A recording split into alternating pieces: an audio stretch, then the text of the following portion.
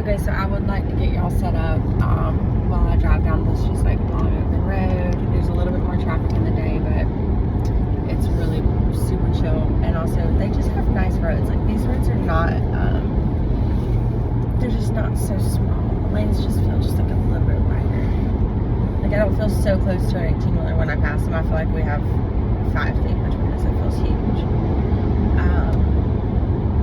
Anyways, I would like to explain the association between like my road trips when they started, my mindset surrounding on why I did what I did, how I decided to get a hold of my mindset on these trips, and how ultimately they did lead to like helping me settle my divorce in a way that was favorable to me. Although I could not perceive any of that at the time, I just made the decisions I could make as I went along.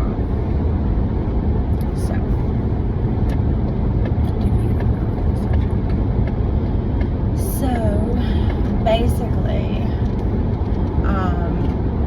in March of 2021 was when I first decided I am done. I need to leave. I can't do this. Houston was home from work for a week, and I had just reached my limit. So I put the kids in the car, and I drove basically what was our family vehicle, because we actually really at this point only had one car between all of us, and he worked out of town so much it kind of worked, but it was still kind of weird we did that. It all started because we both had a car when we got together, but then he had a truck, and he stopped driving that truck. That was the kind of junk truck that I talked to you about sometimes. So he never got it fixed. Some things messed up on it, all this stuff, but he never got himself a new vehicle. So then we rode around in my Corolla all the time. Well, then when Jake was very young, probably about 9 months old, maybe even younger, he was about 6 months old. No, he was older. Yeah, no, the Corolla broke down in October of 2019. So Jake was, this is so anecdotal, it doesn't matter at all. Jake was,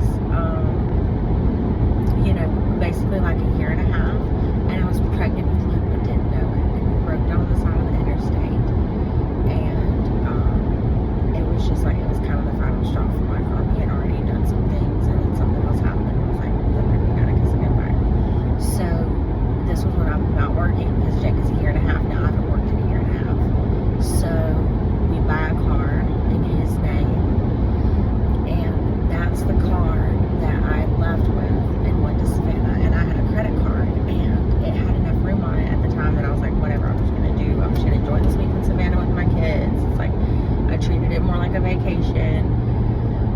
Even I left to clear my head, all this kind of stuff, but it was also my telling him, like, I'm really done here.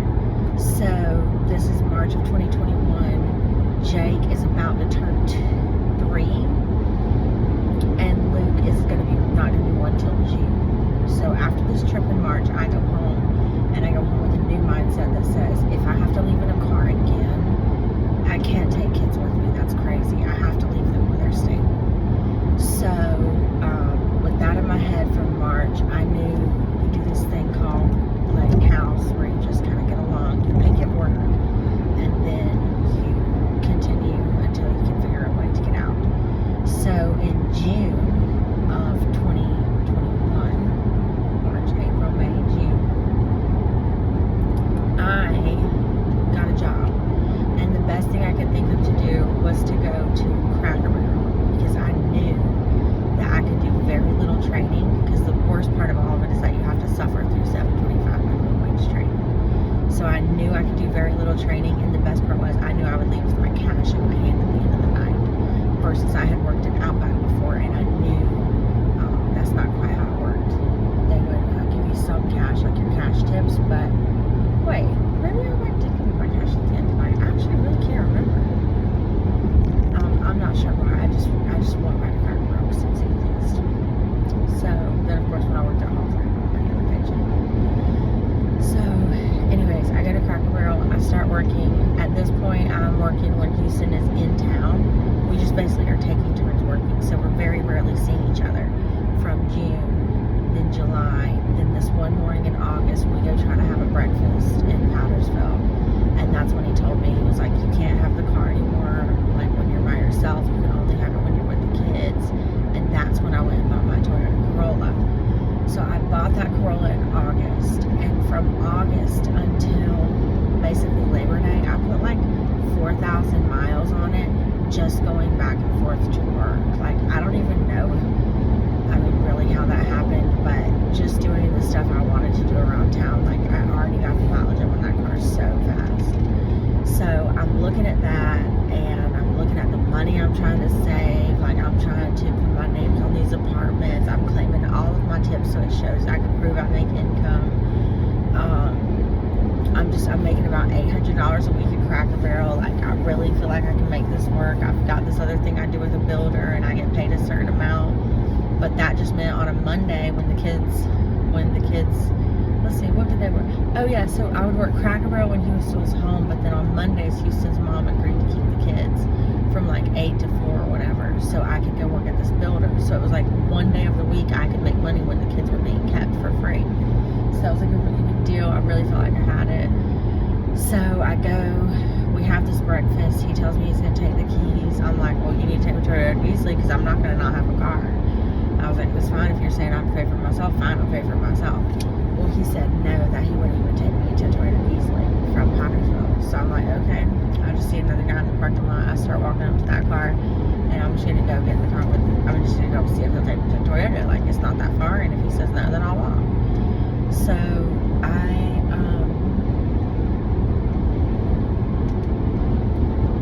probably at this point have my own debit card.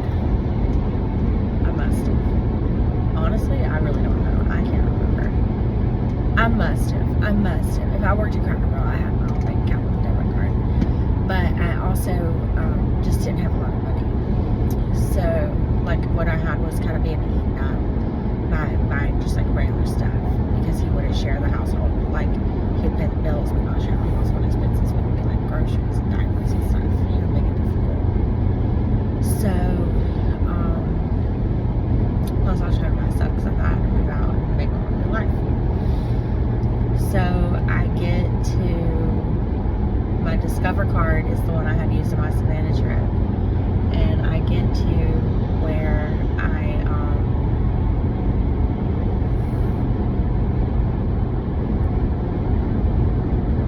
I get to Toyota. I'm like, hey, I need a car, and I need it now, and I gotta go to work today. It's like 10 a.m. And I tell him, I do this to my outfit, and I said, I have to go home and get ready, and I've got to be at work by 1. I need a car right now. So he's like, okay, well, he points to a Corolla. He's like, that's the last one I got left. You can have it. Let's just go try to work out your financing. No, first he made me test drive it. I was like, I don't need to test drive it. I just got done driving a Corolla. He was like, you have to test drive it. So he made me test drive it. And I was like, okay, good, I'm done. I'm like, I put it in drive, put it in park. I'm done. Let's go. So, you know, I didn't care. It's just a Corolla. Didn't ask him the price. Nothing. Nothing. Just said, okay, buy me that today. And I sit down in the room, and he's like working it out, and I'm pulling up my I've never even logged in to get paychecks on any of my 2 new jobs I've just acquired, but I know I've worked both of them for at least 8 weeks because I started them both in at least June, and we're in August. So I know I'm like exactly at the point I have to be at. So I'm like texting this girl at 1, texting this at the other, like getting the links, pulling up everything. I pull them up, I show him the document, I pull up my other pay stub, I've been claiming all my tips, so I'm ready to go. And he says, okay, what about a down payment? Can you do anything? Can you take a credit card for that? And he said, yeah, sure. And he said, can you do $1,000? I opened my Discover app that I used on vacation and to do whatever we wanted to do, and I look up my available balance, says $1,004 and some change. I'm just like, yep, ring it up, baby, let's go. So they made me do a few more steps, but finally I'm cleared to go. I go home and get ready. I get to work. I'm not even late. I pull up to work, and I just tell everyone at work, I'm like, yo, I just bought a brand new car this morning. And they, like, all these teenagers just like, what? Like, nobody understands. But I'm like, seriously, guys, like, this is a big deal. But no, nobody gives a shit. I just work my shift. I don't really care. At this point, I had already been skydiving once. Yeah, I went skydiving once in that car before he took it. And the second time I took myself skydiving, I went in my own car. Anyways, so I'm just like living life, loving it, driving this car, going to work, and just slowly start coming to the realization that like my path out is not really going to work. They're roadblocking me at every turn. Like they're costing me money. They're, denying me time to keep the kids. Like I'm coming home, the house is destroyed, like to where I can't enjoy my kids in it, all this kind of stuff. I'm just like, no. So I'm not really sure what finally led, and it's kind of funny because the house wouldn't always be destroyed, because sometimes he would be saying like, I'm gonna do the right thing, blah blah blah, but it was just never for like long enough. So obviously it's not like I had very much peace for a long time. So I'm just like going to work at night, trying to come home really late from work if he's home, and just making myself enjoy the kids and relax when he's gone, because that's the best time. I can do whatever I want to do. I just started finding cheap and free stuff around Greenville to do. So, there was a few things I had to do differently, but mostly our life stayed the same. And then basically how it got to the road trips is we got to come to be about, it was Labor Day. And this is actually a very key factor, because a lot of people called DSS on me in 2019 saying they were concerned for me. They had me involuntarily committed because they were concerned for me. But, okay, the hospitalizations too. So, I have my car. I get to where it is basically Labor Day, and I text his parents. I'm like, hey, can y'all keep the kids, just so I can get some stuff done, and I'll come get them at the end of the day. And I take them over there at like 9 a.m. Okay, here's a key component I'm actually skipping over, but there's a girl I used to work with, and she was messaging me at this time. I no longer associate with her, but at this time, she was a valuable player to me, because she messaged me and offered me her couch. When I was living in a city, no one would offer me anything. She was living in Florida and Tampa and offered me her couch. Now, I did not know what going to her couch was going to do. I had no plan. I had no idea. But nothing I was doing was working anyways. So I knew I had to at least switch something up. So she offers me her couch. I'm like, okay, fine. So I just pack like I'm going to Florida in September. And it's Labor Day. And I have no idea how long I'm going to stay gone. No clue. I mean, but I figure it can't be that long. I can't really go establish a new life in Florida. I'm just going to, like, I know I just need some space to clear my head, come up with a plan, whatever. So I go to Houston's parents' house. I drop the children off, kiss them goodbye. I know what's happening. And I hit the road. And I drive to Florida. And on my way to Tampa, I guess I got to like St. Pete's. That's how far I went to Florida. But she was kind of messaging me like, are you coming? Are you not coming? What time are you going to be here? I need to know if I need to leave a key for you before I go to work.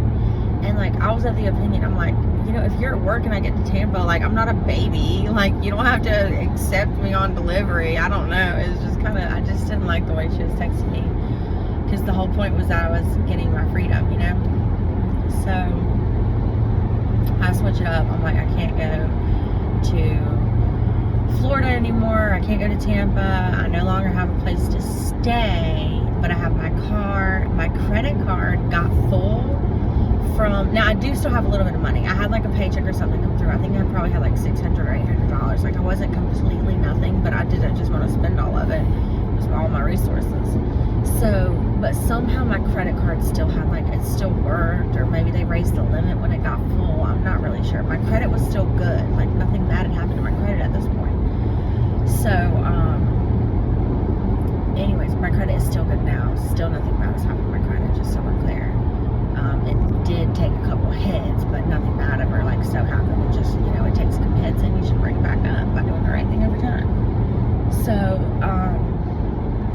anyways, I'm on this road trip. I'm headed to Alex's house. I can't go to Alex's house, and now I have to figure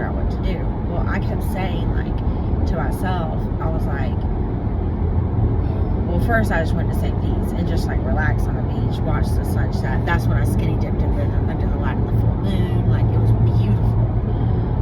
I'm not sure if the moon was full, but I remember it being very big and bright. So it would have been around Labor Day of 2021. By the way, here's also a major point I wanted to make. Everyone who always said they were concerned for me, well, when I didn't show up to pick my children up at 7 p.m. when I said I'd be back at 7 p.m. ain't nobody picked my phone.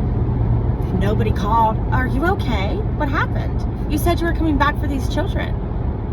So I would love to see receipts on everybody's phones of who texted who and said what about what. Because y'all knew. Because they knew they had pushed me so far past my limit. I've been trying to leave since March. It was September. And you got to be separated a year to have a divorce start initiating. And they weren't letting me get my year, and they made me spend 6 months trying, and I was not having it anymore. I had to find a way. So this was Labor Day 2021. I'm in my new car. I'm on my trip. I don't have that much money. I have some money. I'm doing some stuff. I'm trying to mainly learn how to keep your appearances up, because one night sleeping in a car, you wake up looking more rough than if you slept in your house. Like, so you can't go that long without showers, and I can't get a hotel every single night.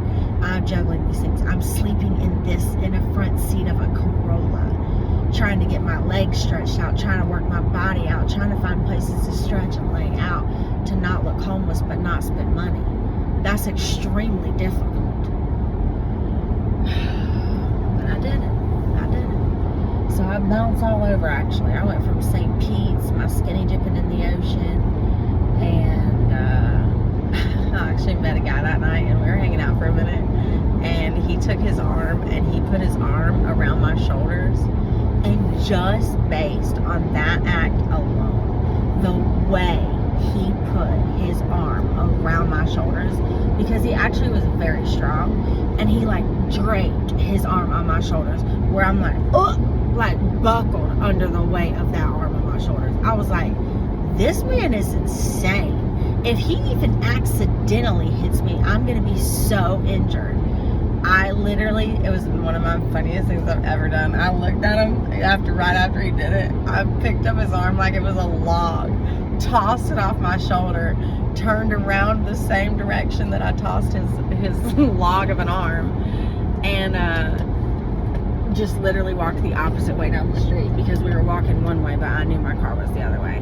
My car was really far away, and I had left my shoes at where I had entered on the beach, and then I had walked down the beach barefoot and met him on the beach, and then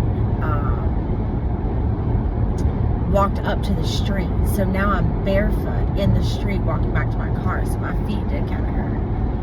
But so then I walked on the paint of the line. It was in St. Pete's. There was like not even a single car. It was like at least 10 o'clock, 11 o'clock, whatever.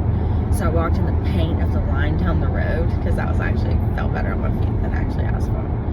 And it wasn't that far. I made it to my car, got my stuff on the beach. But then I'm sitting there going, what the hell? Now what do I do? I'm all sandy. I get to the beach. I'm dirty. I had to just sleep a little bit. You wake up and you figure it out to do. So, time for a break. Really? Okay. Anyways, so that was my road trip. So I'm in St. Pete. So the next day I wake up, I'm like, well, I don't know where to go, you know? And so I drive literally almost all the way to the other side of Florida. I was headed to St. Augustine. And I think I actually got there. I really cannot remember too much. I want to say I don't think I like got all the way to like my walking onto the ocean of the beach at St. Augustine. But it didn't really matter, because after that I was like, what am I doing? Like, where am I going? Why don't I go somewhere I've never been? Like, why don't I at least do something cool? So, honestly, somewhere along the line, I'm just like driving down these roads in Florida. I'm just like, what do I do? Like, I can't remember what it was about Labor Day or something, and me only working Mondays. But whatever day it was, I didn't have to be back. Oh, let me explain how I stopped working at Cracker Barrel. basically, it was just that a male manager who worked there, one day I'm at work, this girl comes up to me. She's like this 18-year-old girl, like super young. I'm pretty sure she was at least 18. I do remember asking her age because I don't remember being so concerned about that fact. She's like 18, 19, 20. Like, I don't, a lot of the kids that worked at Cracker Barrel with me at this time could not even drink. Because people who were 21 would go serve alcohol. So anyways,